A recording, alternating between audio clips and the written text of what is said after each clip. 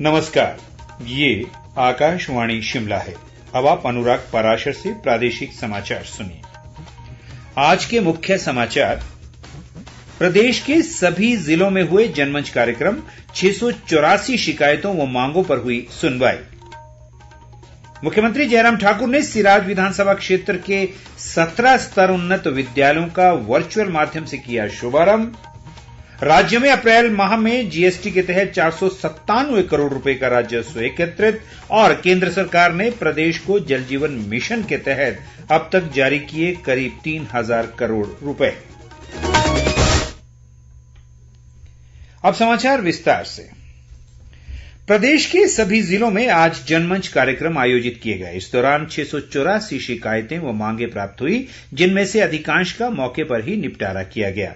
जल शक्ति मंत्री महेंद्र सिंह ठाकुर ने कुल्लू सदर विधानसभा क्षेत्र के दोहरा नाला में जन शिकायतों का निपटारा किया। उन्होंने कहा कि लोगों को स्वच्छ पेयजल मुहैया करवाना सरकार का लक्ष्य है और इसके लिए प्रदेश में 56 परीक्षण प्रयोगशालाएं शुरू की गई हैं।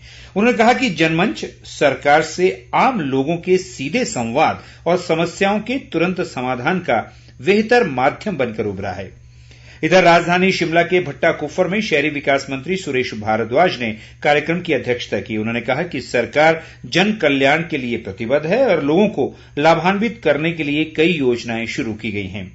ऊना जिले में जनमंच कार्यक्रम हरोली क्षेत्र के दुल्हेड़ में आयोजित किया गया। इस दौरान कृषि मंत्री वीरेंद्र कंवर ने कहा है कि 1 साल 5 काम अभियान का मॉडल ऊना में सफल होने के बाद पूरे प्रदेश में लागू किया गया है। उन्होंने कहा कि यह अभियान गांव में आधारभूत ढांचा सुदृढ़ करने में सफल हुआ है।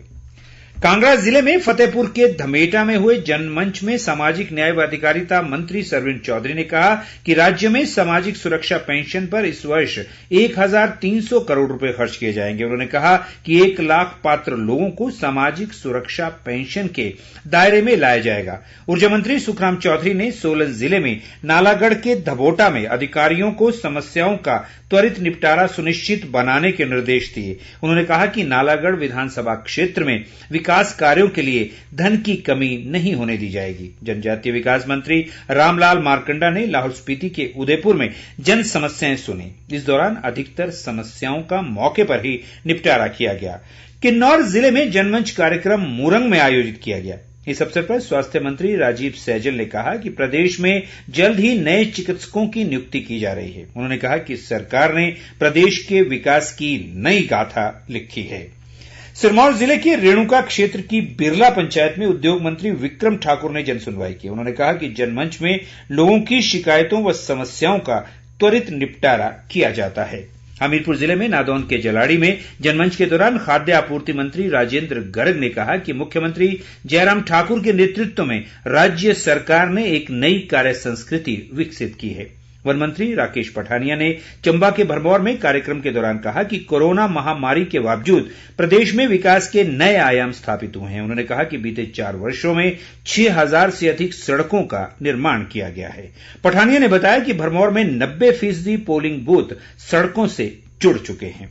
शिक्षा मंत्री गोविंद ठाकुर ने मंडी सदर के रंधाड़ा में जनमंच कार्यक्रम की अध्यक्षता की। उन्होंने कहा कि सरकार ने जन कल्याण के उद्देश्य से इस वर्ष के बजट में कई महत्वपूर्ण घोषणाएं की है। कार्यक्रम में 10 पंचायतों के लोगों की समस्याओं का समाधान किया गया। बिलासपुर जिले का जनमंच कार्यक्रम झंडूता क्षेत्र के गंढीर में विधानसभा उपाध्यक्ष हंसराज की अध्यक्षता में आयोजित किया गया। उन्होंने कहा कि जनमंच कार्यक्रम को आने वाले समय में और मजबूत किया जाएगा। मुख्यमंत्री जयराम ठाकुर ने आज शिमला से वर्चुअल माध्यम से मंडी जिले के सिराज विधानसभा क्षेत्र के 17 स्तरोन्नत विद्यालयों का शुभारंभ किया। उन्होंने स्थानीय लोगों को बधाई देते हुए कहा कि इससे विद्यार्थियों को काफी लाभ मिलेगा। मुख्यमंत्री ने बताया कि सभी स्तरोन्नत विद्यालयों में आवश्यकता के अनुसार अतिरिक्त भवनों का निर्माण किया जाएगा। उन्होंने कहा कि सरकार द्वारा शिक्षा के क्षेत्र में आधारभूत ढांचे को मजबूत करने के सशक्त प्रयास किए जा रहे हैं। जयराम ठाकुर ने कहा कि इस वित्त वर्ष के बजट में 50 महाविद्यालयों, 50 विद्यालयों और 20 औद्योगिक प्रशिक्षण संस्थानों में सौर ऊर्जा पैनल सिस्टम स्थापित करने का प्रावधान किया गया है। राज्य कर व आबकारी विभाग ने बीते अप्रैल माह में वस्तु व सेवा कर जीएसटी के तहत 497 करोड़ रुपए का राजस्व संग्रह किया है। ये एक माह में अब तक का सर्वाधिक जीएसटी संग्रह है। विभाग के एक प्रवक्ता ने बताया कि जीएसटी संग्रह अब 426 करोड़ रुपए से बढ़कर 497 करोड़ रुपए हो गया है और इसमें 17% की वृद्धि दर्ज की गई है। उन्होंने कहा कि बीते वित्त वर्ष में विभाग ने कुल 4,390 करोड़ रुपए का जीएसटी एकत्रित किया है, जो निर्धारित लक्ष्य से करीब 248 करोड़ रुपए अधिक है। जल शक्ति मंत्री महेंद्र सिंह ठाकुर ने विभागों को मुख्यमंत्री द्वारा की गई घोषणाओं को 31 जुलाई तक पूरा करने के निर्देश दिए हैं। कुल्लू में आज एक बैठक में उन्होंने कार्यों में गुणवत्ता के लिए आधुनिक तकनीक का इस्तेमाल करने पर बल दिया। महेंद्र सिंह ठाकुर ने कहा कि अधिकारियों को अपनी काबिलियत से समाज के कल्याण और विकास को नई दिशा देने की आवश्यकता है। शहरी विकास मंत्री सुरेश भारद्वाज ने शिमला जिले के सुमटी क्षेत्र में चल रहे विकास कार्यों की आज ढली में समीक्षा की।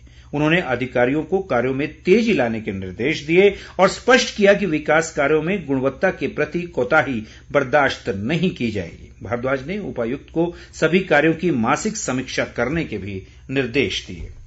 केंद्र सरकार ने जल जीवन मिशन के तहत प्रदेश को अब तक करीब 3,000 करोड़ रुपए की राशि जारी की है। मिशन के तहत राज्य में करीब 8,42,000 घरों को नल से जल उपलब्ध करवाया गया है। एक सरकारी प्रवक्ता के अनुसार मिशन के तहत प्रदेश में बफर स्टोरेज से पेयजल योजनाओं के सुदृढ़ीकरण के लिए 353 करोड़ रुपए से अधिक की राशि स्वीकृत की गई है। पायलट प्रोजेक्ट के रूप में मंडी जिले में 147 जबकि कुल्लू जिले में 110 योजनाओं में बफर स्टोरेज बनाए जाएंगे। विधानसभा अध्यक्ष विपिन परमार ने कहा है कि राष्ट्रीय शिक्षा नीति भारत को नई दिशा देकर छात्रों का सर्वांगीण विकास करेगी।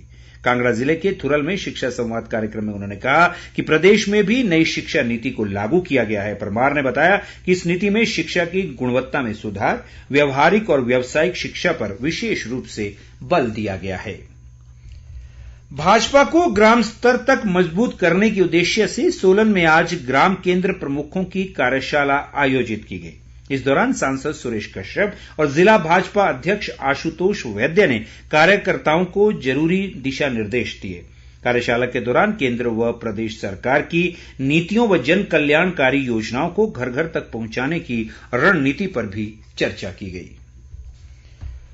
प्रदेश में आज कोरोना संक्रमण का एक भी नया मामला सामने नहीं आया है, जबकि 4 लोग संक्रमण से स्वस्थ हुए हैं। राज्य में इस समय कोरोना के 59 सक्रिय मामले हैं।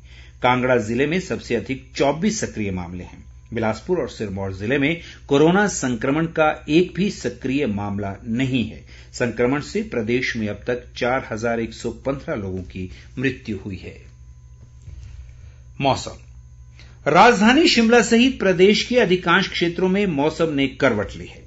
दोपहर बाद ऊपरी इलाकों में कहीं कहीं हल्की वर्षा हुई है, जिससे लोगों को गर्मी से कुछ राहत मिली है। हालांकि राज्य के मैदानी इलाकों में कई स्थानों पर लोगों को भीषण गर्मी का सामना करना पड़ रहा है। मौसम विभाग ने अगले 24 घंटों के दौरान कुछ स्थानों पर हल्की वर्षा की संभावना जताई है। आज अंतर्राष्ट्रीय श्रमिक दिवस है। ये दिवस पूरे विश्व में श्रमिकों के योगदान को सम्मान देने के लिए मनाया जाता है। इसे मई दिवस के रूप में भी जाना जाता है। इस दिन को मनाने का उद्देश्य पूरे विश्व में आर्थिक और सामाजिक अधिकारों को प्राप्त करने में श्रमिकों के समर्पण के प्रति आभार व्यक्त करना है। और अंत में मुख्य समाचार एक बार फिर। प्रदेश के सभी जिलों में हुए जनमंच कार्यक्रम, 684 शिकायतों व मांगों पर हुई सुनवाई। मुख्यमंत्री जयराम ठाकुर ने सिराज विधानसभा क्षेत्र के 17 स्तरोन्नत विद्यालयों का वर्चुअल माध्यम से किया शुभारंभ। राज्य में अप्रैल माह में जीएसटी के तहत 497 करोड़ रुपए का राजस्व एकत्रित और केंद्र सरकार ने प्रदेश को जल जीवन मिशन के तहत अब तक जारी किए करीब 3,000 करोड़ रुपए। इसी के साथ ये समाचार बुलेटिन समाप्त हुआ। नमस्कार।